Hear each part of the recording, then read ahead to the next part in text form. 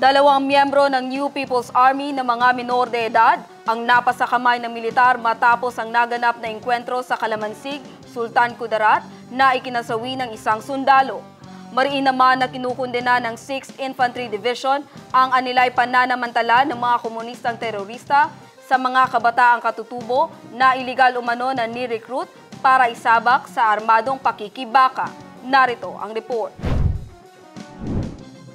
Mariin na kinundena ng pamunuan ng 6th Infantry Division ng Philippine Army ang anilay patuloy na pagsasamantala ng mga komunistang terorista sa mga kabataang katutubo sa pamamagitan ng iligal na pagre-recruit sa kanila upang isabak sa armadong pakikibaka. Ito'y matapos mahuli ng tropa ng pamahalaan ang dalawang minor de edad na kasapi ng komunistang terorista sa Kalamansig, Sultan Kudarat.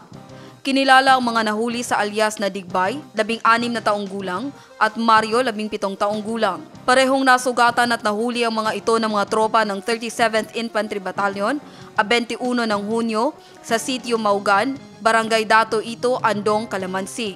Ayon kay Lieutenant Colonel Christopher Son Capuyan, commander ng 37th IB, ang dalawa ay kabilang sa mga rebeldeng nakasagupa ng militar noong Hunyo 19 sa parehong lugar. Ayon sa 6th ID sa nasabing enkwentro, isang sundalo ang nasawi habang 3 miyembro ng NPA ang napatay, kabilang ang 2 mataas na opisyal ng kilusan. Na-recover mula sa mga minor de edad ng isang M16 rifle at 3 magazine.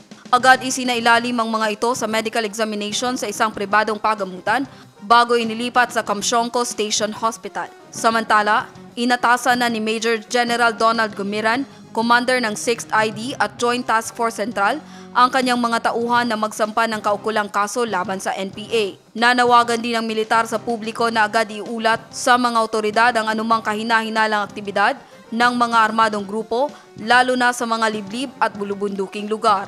Jen Garcia, iMinds, Philippines.